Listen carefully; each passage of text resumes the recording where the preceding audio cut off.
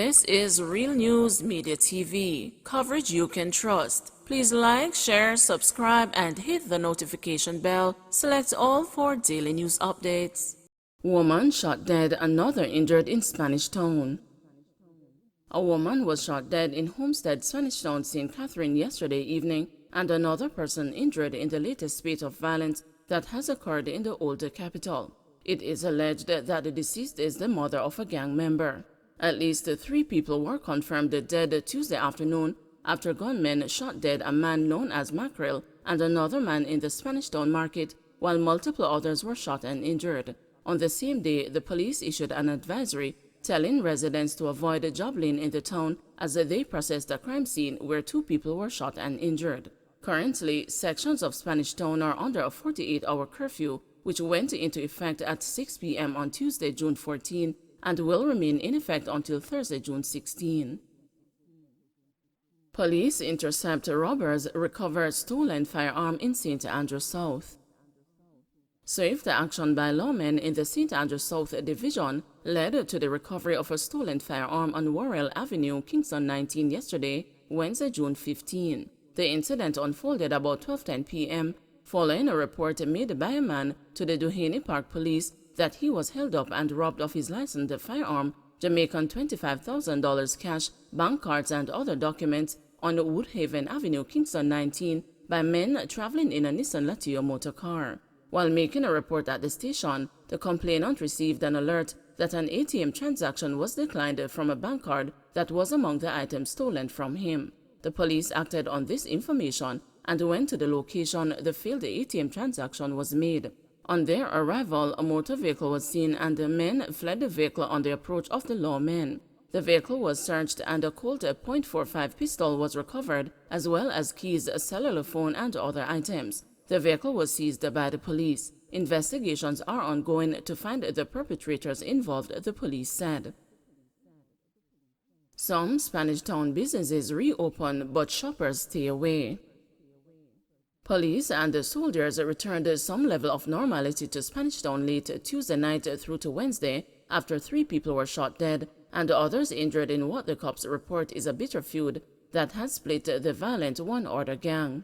But even with the increased presence of the security forces and the imposition of a curfew, some residents and the vendors remained uneasy and expressed the fear that there could be reprisal killings in the older capital, where old motor vehicles, tires, wooden pallets, and other debris were used by residents to block some streets. The mayhem that ensued on Tuesday afternoon was described by Prime Minister Andrew Holness as a national emergency on which the government must act. "We have to act to protect the innocent, law-abiding citizens," Holness said at a disaster risk management meeting on Wednesday. "Someone called me there crying that they are living in fear that gunmen are going to drive in and shoot up their community, and so they have to take things in their own hands and block all the roads in the community," he said. One of the 3 gunned down in the busy and populated market district was identified as a gangster known only as Mackerel. The gun battle sent shoppers, vendors, and commuters scampering, while business operators closed their shops. In response, the police imposed a 2-day curfew that encompassed Toss Pen, Job Lane, Johns Road, Cumberland Road, French Street, Rum Lane, and Chambers Lane. The police have said that those areas are being plagued by conflicts within the one-order gang, which have resulted in murders and shootings, including a quadruple killing in the Railway Lane area close to Toss Pen last week. While some vendors returned to Cumberland Road, close to the Spanish Town Market, many wholesale and business establishments were closed on Wednesday. Howard Chambers, commanding officer for the St. Catherine North Police Division, told the news that vendors coming out less than 24 hours after the deadly assault by thugs was a good sign.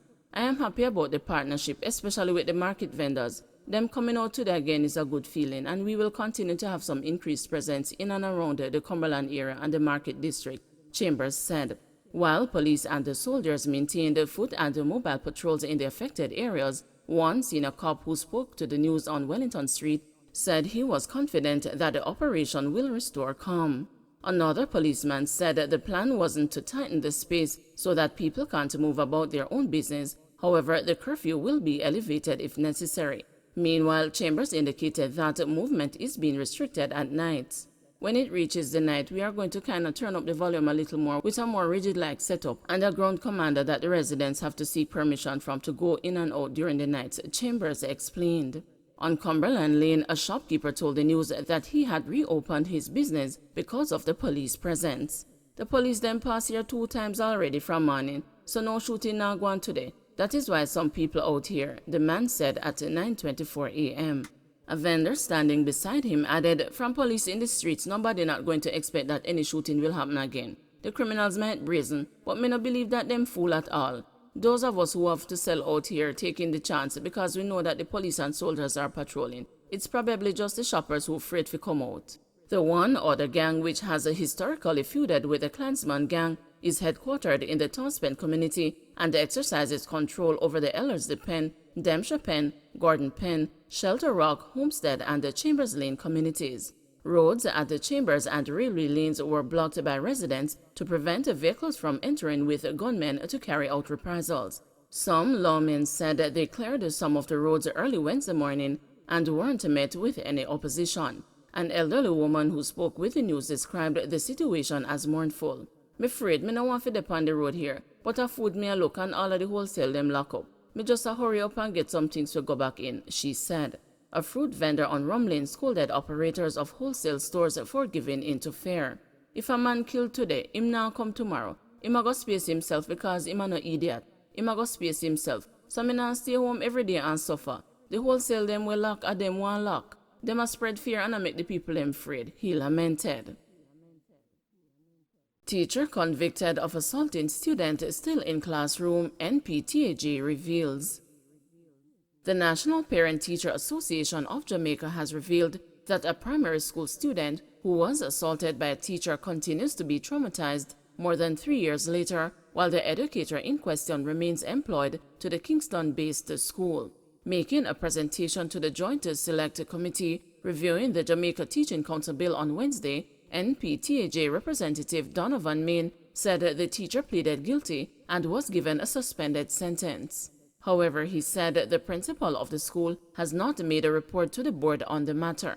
Mr. Main said that the incident had been reported to the previous education minister, Carl Samuda, from 2019, but the situation still exists. And this started from 2019. We have 2 letters to Minister Samuda on it, a week after the act was committed, and the day the gentleman was convicted in court. And we have asked why he is still there and why he has not been removed. As Minister Samuda said at the meeting we had with him in May of 2020, he says, "Mr. Main, are you telling me that a teacher who assaulted a child and has been convicted is still teaching in the school?" I can tell you that that little boy, when he saw the teacher come back into the school, he actually peed himself. He's still going under therapy, straight to the teaching council. No board, no Ministry of Education. We just need to cut that out. Because I can tell you, if somebody makes a report to the principal is going to sit on it. Make sure they breach all of the regulations to ensure that it is thrown out when it goes to court or whatever is done, because they didn't dismiss the teacher right. I mean, we've seen so many of those. Responding to the specific case raised by the NPTAJ about the convicted teacher, Education Minister Favour Williams said she will be looking into the issue. Thank you for bringing this to my attention, because as you are describing it, it really sounds strange to me, and that is something that I will take up back at the ministry. We have our council right here. No, I mean, it really sounds, I don't know if you're aware of it, but you're not aware of it either, or the council is not aware of it. Fisherman arrested after shooting his child's mother. A 49-year-old fisherman is in custody after he shot the mother of his child during a dispute on Bray Street in Kingston on Tuesday. It was reported that about 5 p.m., the fisherman and another man were involved in a dispute when he brandished a firearm and opened fire. The woman was shot in the shoulder. The fisherman was arrested and the firearm seized. Investigators say he will be charged with wounding with intent and illegal possession of a firearm. Needs to impact tourism, says Floyd Green. Minister without portfolio in the office of the Prime Minister, Floyd Green, is expressing confidence that the digitization program under the National Identification System will have a positive spin-off on the tourism sector. Green explained that when the e-gate system is introduced, efficient processing of locals at immigration will afford the personnel more time to attend to visitors. When the e-gate is introduced, the locals will be able to scan their passports and ultimately their national identification card. Importantly, a part of our digitization project includes passport and immigration services, and are looking to digitize what we do in our immigration halls to introduce what they call e-gates over the next few years, where people will now be able to literally scan their passports, hopefully over time scan their national IDs and enter Jamaica without having to do any interpersonal interaction, which will make us a lot more efficient, Green explained. It's about efficiency. If you are able to treat with your locals, then you can put more of your human resources to deal with your visitors. Once we get our immigration halls more efficient using technology, it will augur well for tourism, Green added. He was speaking to the news following a panel discussion during the World Free Zones Organization Annual International Conference and exhibition held at the Montego Bay Convention Center on Wednesday. Don't forget to like, share, subscribe, and hit the notification bell. Select all for daily news updates.